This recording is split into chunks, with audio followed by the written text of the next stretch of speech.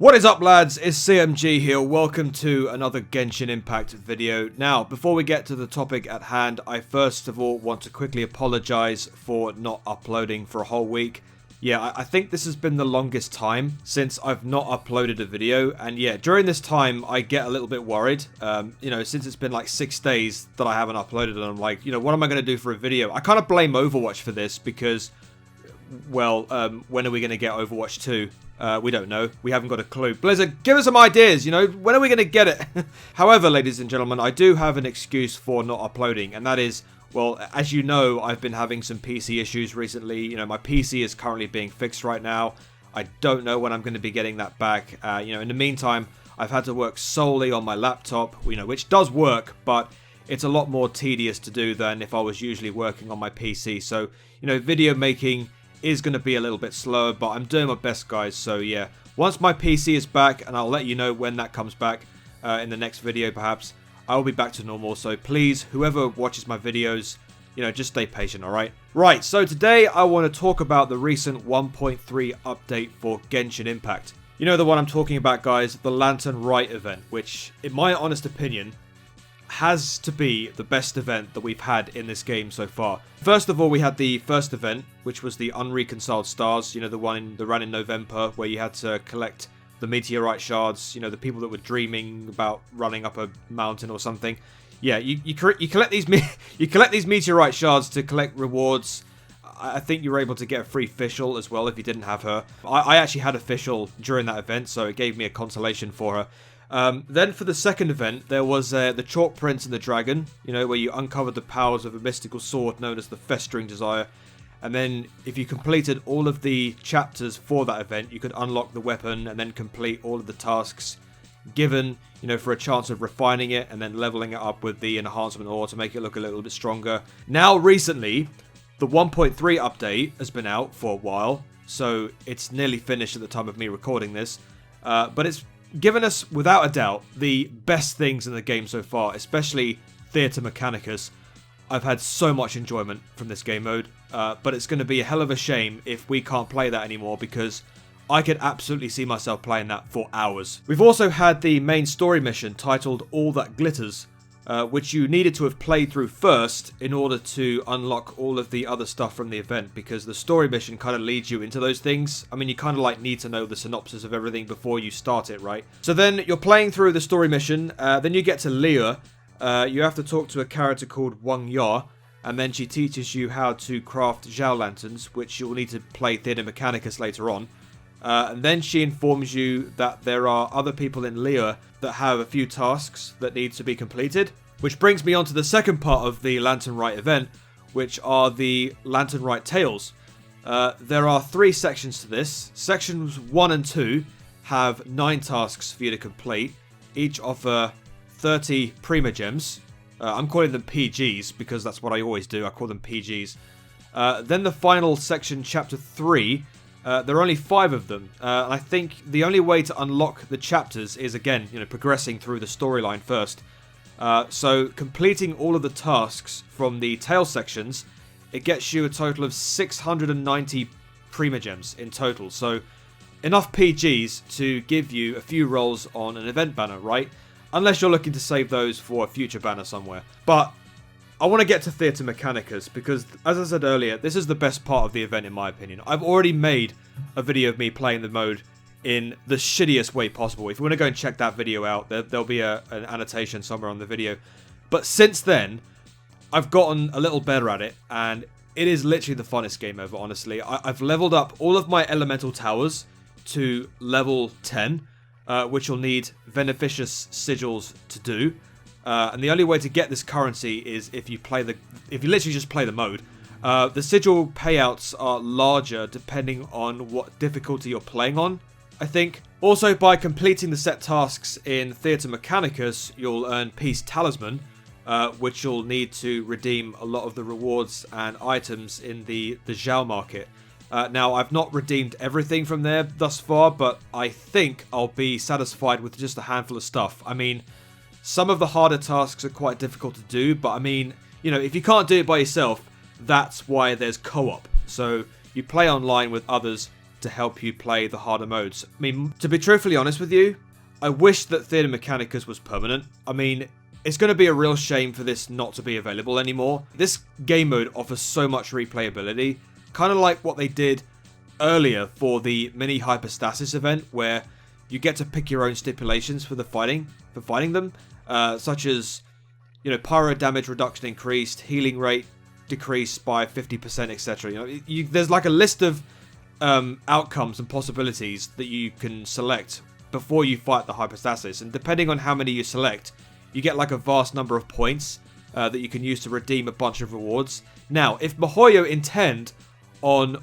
offering us this impressive cadence of game modes at such a quick pace and attaching them to events like this, then there's a reason why Genshin Impact has flourished over the course of a few months. Like, miHoYo have such an impressive roadmap. I mean, they must have things in place way before it's set to go out, you know, while they develop other stuff for us. It's honestly brilliant on their part. Overwatch, take note. But it must be really annoying to not just me, but others who play this, to have to play a game mode this good for a couple of weeks, only for it to never show up again. And we maybe have to wait for another year for the next Lantern Rite event to play again. I mean, I'm speaking in Overwatch language because this is how events work over there. You know, with the, I don't know, let's say the Summer Games event, we only play it for about 3 weeks, and then we have to wait for the next Summer Games event to play Lucio Ball. Yeah, anyway, seriously, in conclusion, I think the Lantern Rite event has been absolutely brilliant. I mean, I've really gotten a lot of stuff out of it, and I'm really looking forward to the 1.4 update, you know, when Hu Tao suddenly becomes available in her own banner, and then we have to try rolling for her. Which brings me on to another topic that I want to cover in this video, and that is to do with the event banners, because truth be told, I really don't like how they work right now, and I reckon this thought of mine has definitely something to do with the fact that I recently blew all of the primogems that I got from the Chalk Prince and the Dragon event, I think. You know, while Albedo was live, and then suddenly Gunyu became available. Yeah, the Gunyu banner. So I blew all of my primogems on the Gunyu banner, and I got absolutely nothing. And now the banner isn't there anymore, and I'm left wondering when Gunyu will ever become available to roll for again. Now, I'm a free-to-player, so I haven't put money into the game, and I keep stressing to you all that I won't ever do that, because I am a proud free-to-player.